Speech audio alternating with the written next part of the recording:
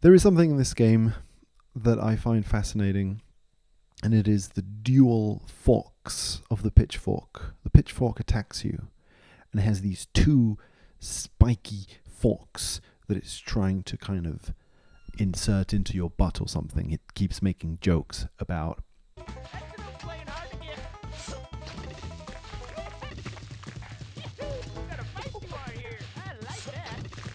how it's going to get you, and there's a sort of sexual kind of assault undertone to it, like you're a feisty one, or you don't play hard to get, I'm going to get you.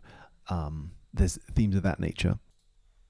So the spikiness of the pitchfork maybe is being equated with anal sex, and anal sex equated in the context of sexual assault or abuse, in the sense of like receiving something that you haven't asked for, that you didn't want, like boundaries being crossed in that way, and that all revolving around the ass in some way. Like the anus is kind of surrounded by these themes, I would say.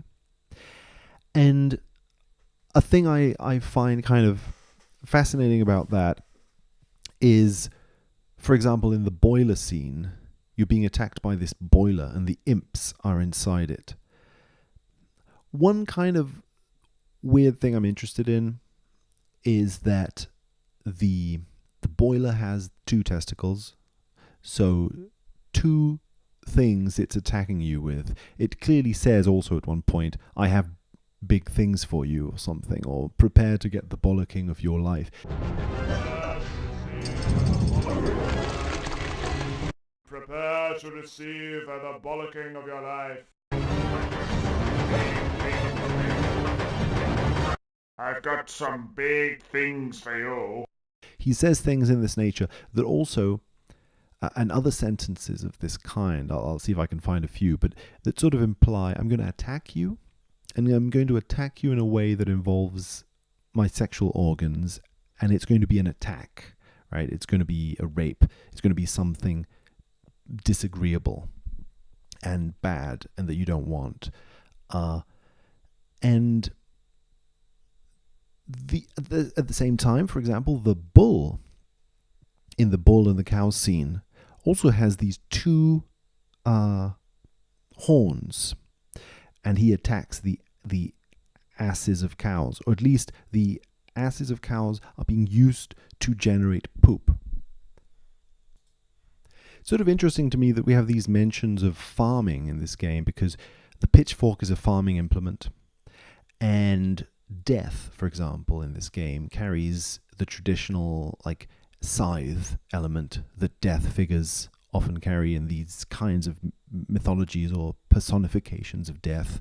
At least, I guess it's a specific image of death, right? It's not the image of death that exists everywhere, but it's one image of death. I don't know where it comes from, but it must have some connection to farming, I would suppose, because death holds a scythe, and a scythe is something used for reaping. So you harvest the stuff that is grown, the flowers that have grown, the plants that have grown and been sowed and planted are now being reaped, and that's being equated to death. So the act of farming, and maybe specifically farming grain, because I suppose a scythe and a pitchfork are things that you would often use to handle like dry stuff like wheat or hay, and I don't know. Wheat could be an example. It's an example I'm interested in, I suppose, because it is what is used to make beer in this way. So it feels like this game maybe has this association between wheat and the handling implements, farming implements used to handle wheat, being equated also to death and to attack in some way, like attack weapons of some kind that violate and attack one's boundaries as well in this way. So yeah, we have these implements being used in this way. death implements that also equated to farming in some way, and farming being something that also somehow resonates with the ideas of death and life and death, right? Harvesting and like reaping and sowing kind of thing. And reaping and sowing having something to do with being born and then dying, and dying also being a final, very finalized kind of state that you can't get back from, and that once it's happened, it is gone. The cycle has happened, and as Conker says, it is gone. There's no other way to get back from it, kind of. So, there I am, king of all the land. And who'd have thought that? Not me.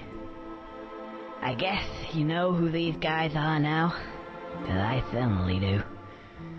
I don't want to know them. And yep, I may be king.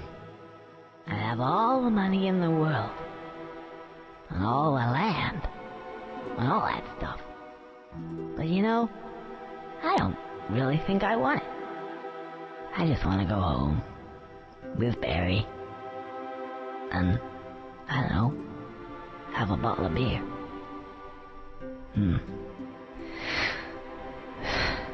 It's not gonna happen.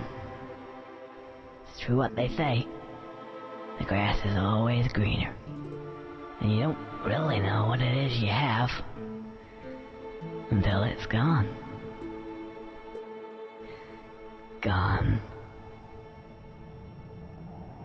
Gone.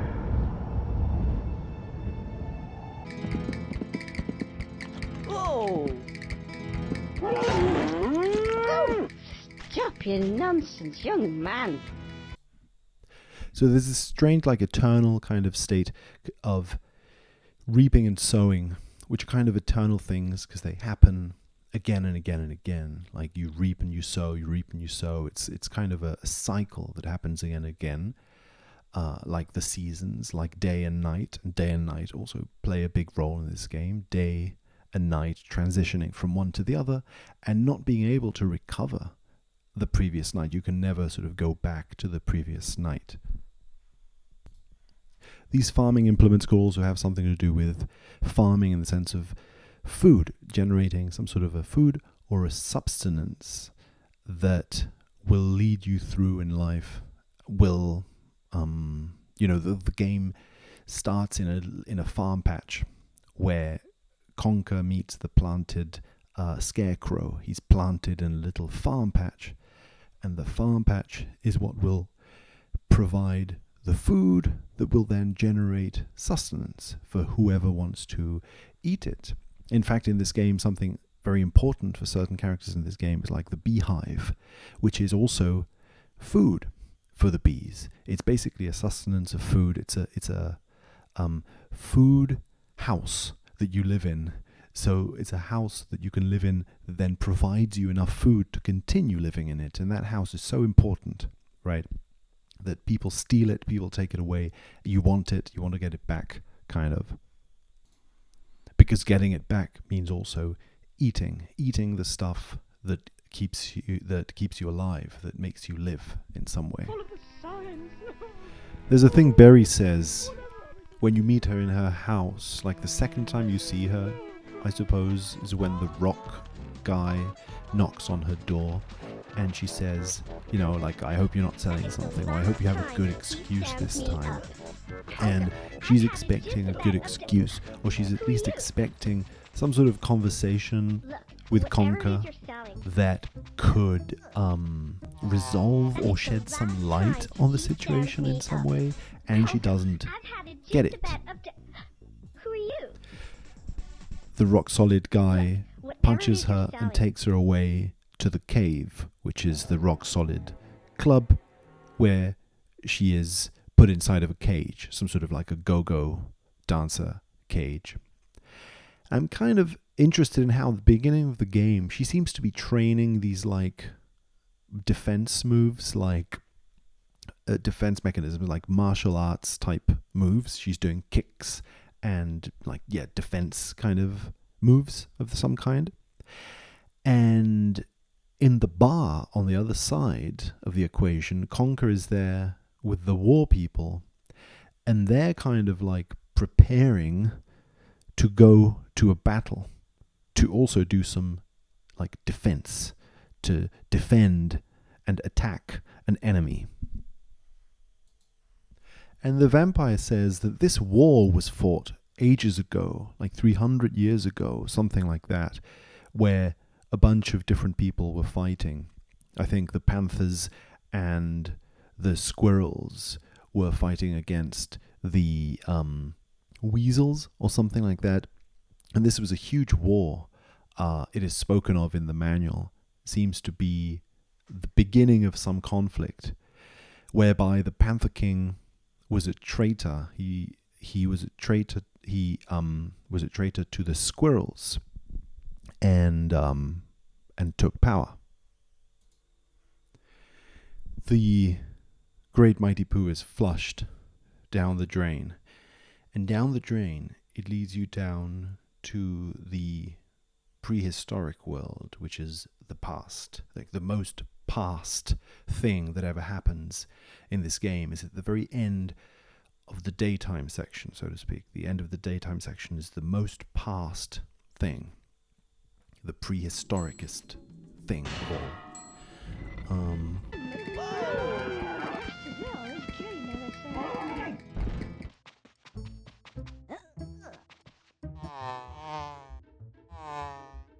Hey, some wise guy's trying to steal our nice new hive. Come on, boss. Let's go get him. Yeah, let's get him.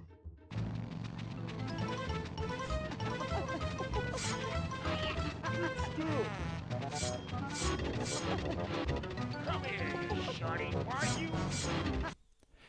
And at the end of the nighttime section, the rocket ship is elevated out into space, and the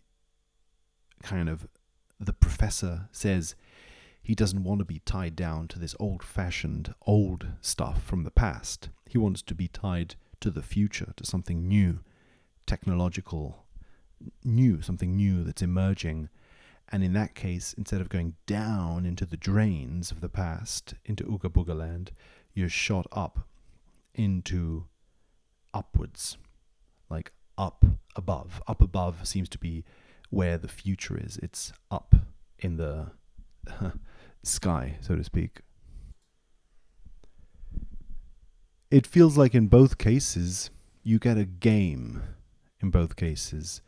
In the Ooga Booga Land, it ends with Conker being greeted to an arena where a game is about to be played. An entertainment, as Booger the Nut says. An entertainment for him. He's going to sit and watch people fight one another as a form of entertainment. So it's, let's say, a game for him. A game as like a sadistic sort of game. And Conker is a participant in this game and is being cheered on by the audience. So he's participating, and he's aware that he's participating and that the audience are cheering him on, and that this is some sort of a game or some sort of a, tournament, fight, spectacle kind of thing. And then, of course, at the end of the nighttime section, we also end with a total awareness that this is a game. Like, the game itself suddenly says, yes, I am a game. I'm revealing myself as a game, and reveals itself to you as a game and tells you, yes, this is a game.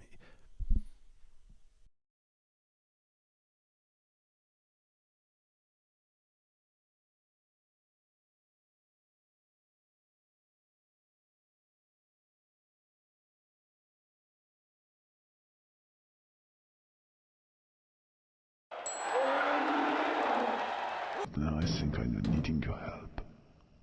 Trey, come here. Can we just go back a bit there? The drinking my blood bit? What? The milk? I mean, what if you were to give this game to, say, 20 intelligent people? I mean, what would that do? Let's face it, what would it do? Really? That's interesting.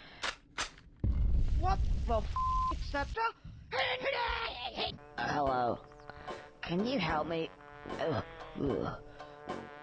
I need to get home and go to bed because I don't feel very well at all. Oh, no. No. Oh, so you can't help me at all? Actually, yes, I can. Maybe. Okay. What's your name? Beardy. Beardy? You haven't got a beard. No. Birdie. A scare birdies. Okay, Birdie. So can you help me? Right. Let's step over here.